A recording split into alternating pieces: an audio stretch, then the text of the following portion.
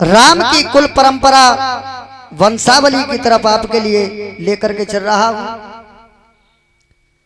ब्रह्मा जी के मरीच हुए और मरीच के कश्यप और कश्यप के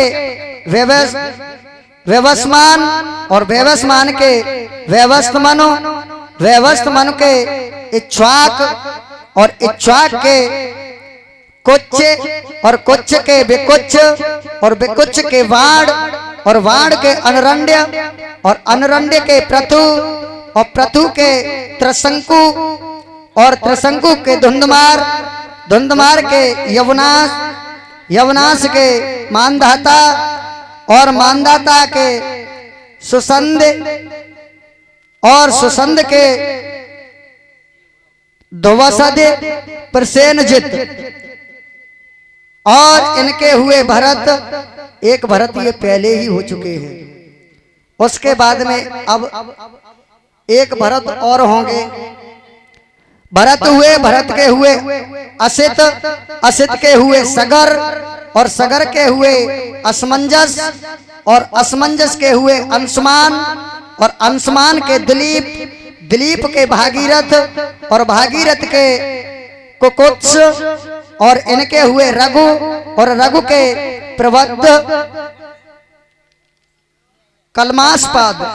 ये हुए इनके हुए संखड़ और संखड़ के सुदर्शन और सुदर्शन के अग्निवर्ण, अग्निवर्ण के शीघ्रग, शीघ्रग के मरु और मरु के हुए प्रसुरुसुक, इनके हुए अम्बरीश और अम्बरीश के नहुस और नहुस के ययाति और ययाति के नाबाग और नाबाग के राजा अज। अज हुए। श्री सुखदेव जी समझाने लगे, हे राजन परीक्षित, अयोध्या नगरी में एक राजा हुए जिनका नाम था अज, और ये अज निसंतान थे। इन पर कोई पुत्र नहीं था, नहीं कोई पुत्र था और नहीं कोई पुत्री थी। तो एक दिन राजा अज वन में घूमने के लिए गए हैं। तो जैसे ही वन में घूमने के लिए पहुंचे तो एक तालाब में फूल बहता हुआ देखा, जो बहुत सुंदर सा फूल था।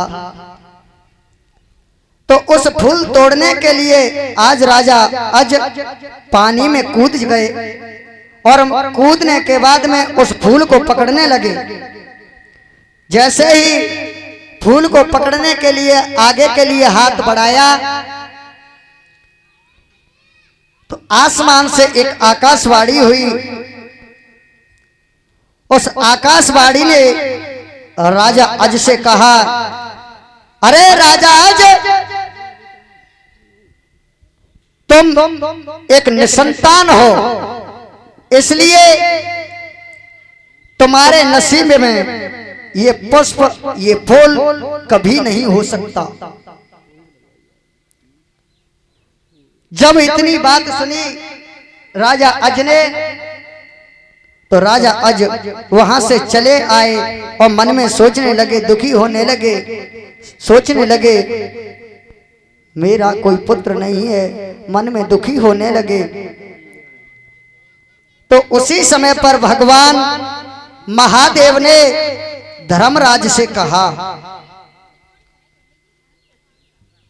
धर्मराज से कहा, हे धर्मराज,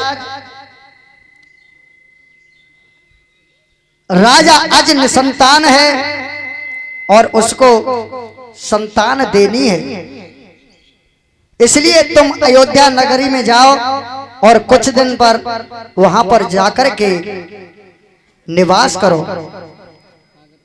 धर्मराज एक ब्राह्मण का रूप बनाकर के राजा अज के यहां पर पहुंचे, अपनी पत्नी के साथ में आए हैं और एक कुटिया बनाकर के रहने लगे। माता बहना बातें ना करें,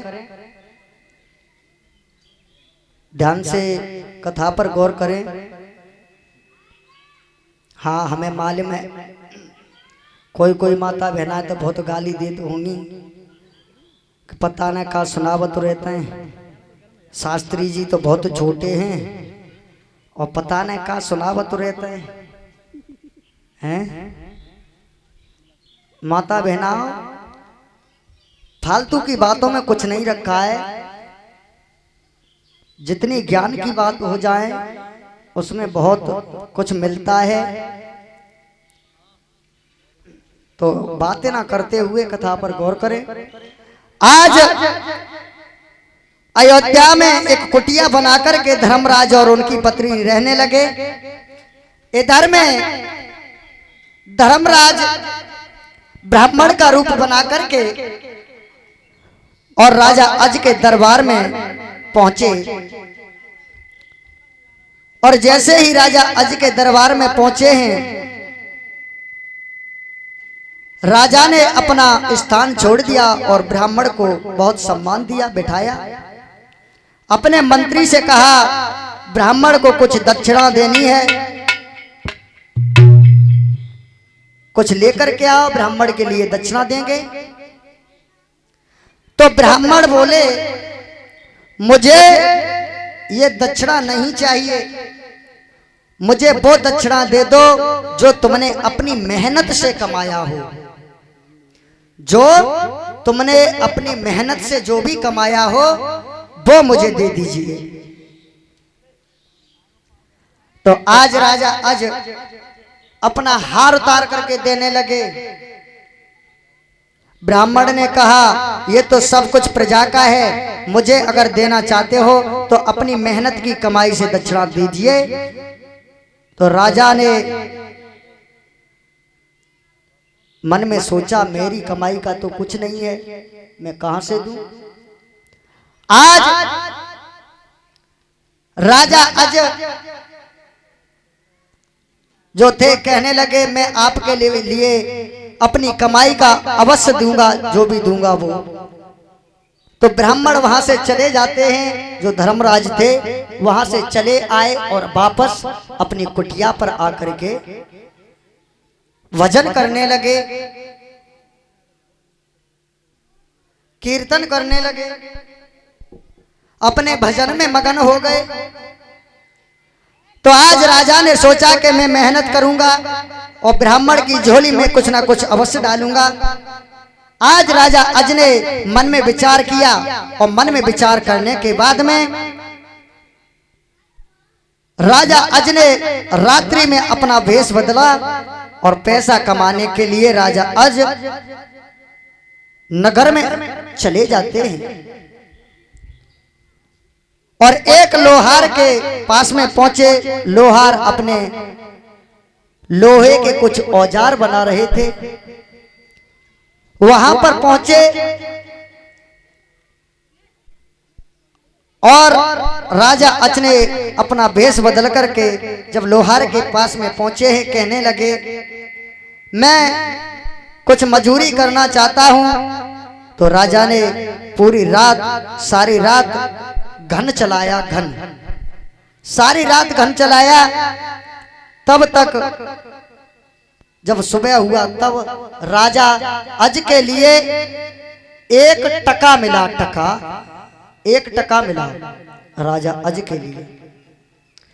जब वो टका मिला तो राजा अज वो टका लेकर के और ब्राह्मण जो थे धर्मराज आए थे उनकी कुटिया पर पहुंचे राजा अज। और जैसे ही उस कुटिया पर पहुंचे हैं तो ब्राह्मण की पत्नी